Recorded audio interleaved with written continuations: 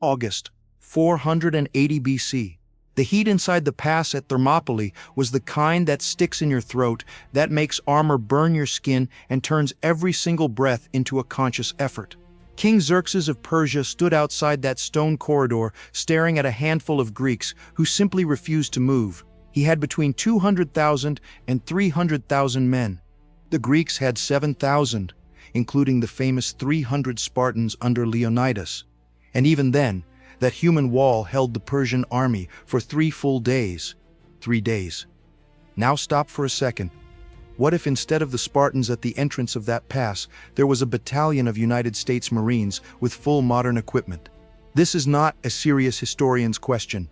It is the 3 in the morning question of someone who cannot sleep while thinking about firepower versus numbers. So let's do this properly. First, the terrain. The pass at Thermopylae at the time had a critical choke point less than 15 meters wide, wedged between a steep cliff and the sea. There was no flanking through there. Persian cavalry was useless. Arrows had limited angles. It was exactly the kind of terrain that turns a 50-to-1 numerical advantage into something manageable. The Greeks understood that. The Marines would understand it in less than 10 minutes of reconnaissance. Now the arsenal. A modern Marine platoon arrives with the M27, a high-precision automatic rifle capable of hitting targets beyond 500 meters with ease. Each squad carries the M240B, a general-purpose machine gun with a rate of fire between 800 and 900 rounds per minute. There are M320 grenade launchers attached, Claymore anti-personnel mines, night vision equipment, real-time tactical communication. A standard Marine battalion has between 800 and 1,200 men. That is more than 300 Spartans. A lot more. On the other side, Xerxes. The Persian army was a massive mix of conquered peoples, each with their own weapons and training level.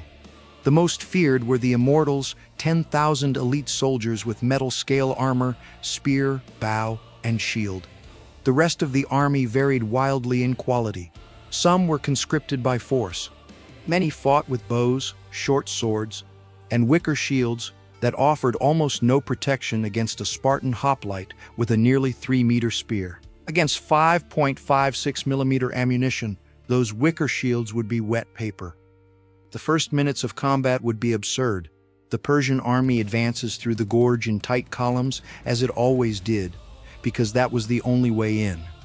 On the other side, Marines angle the M240s at the center of the mass. 200 meters of distance. 300. The noise would be deafening, something no Persian of that century had ever experienced. Not the sound of swords on shields, not the thunder of horses, but a continuous mechanical roar that sounds like the world itself is tearing apart. The front rows fall. The rows behind push the front rows forward because they cannot see what is happening, because the army is too vast, because the order came from the king and disobedience was punished with death. More rows enter, more rows fall. Xerxes would try what he tried against the Spartans. Wave after wave of soldiers, hoping to exhaust the defender, hoping that numbers would eventually crush the resistance. It worked on the 3rd day against the Greeks because a traitor revealed the mountain path and the Spartans were surrounded. Here the problem is different.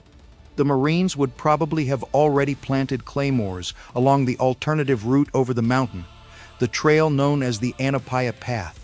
Each Claymore projects 700 steel balls across a 60-degree arc. A group trying to flank through there at night would not come close to the exit point. But here is where things get interesting, because overwhelming technological advantage does not mean the absence of problems.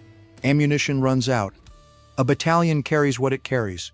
Resupply in 480 BC is 0. Every magazine emptied is a magazine that does not come back. If combat stretches for days, the math changes. The Marines would need to be extremely disciplined with fire control, firing short, controlled bursts, prioritizing high-impact targets, not wasting a single round in panic. That is exactly the kind of discipline Marines train for. But it is also the kind of psychological pressure that builds as the 3rd day turns into the 4th into the 5th, and reports arrive from the cliff above that Persians are attempting a new route over the mountain. The tensest moment would not be the first hour. It would be when the ammunition crates start feeling light, when the sergeant in charge of inventory looks at the officer and says in a low voice that there are rounds left for this many more hours of intense combat. At that point, the M27 becomes an improvised spear if necessary, and the Marines fall back on what any elite combatant does when technology fails. Hand-to-hand, positioning, discipline, and the cold head that separates a trained soldier from a civilian with a weapon. The most likely outcome?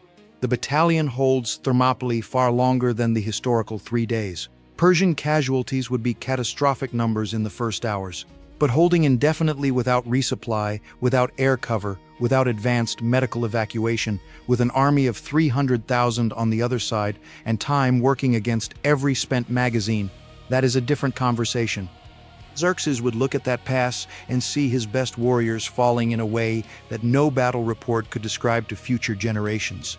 He would not know the name of the weapon, he would not understand the mechanism, he would only know that the sound coming from that stone corridor was not human, and that the men at the entrance were still standing.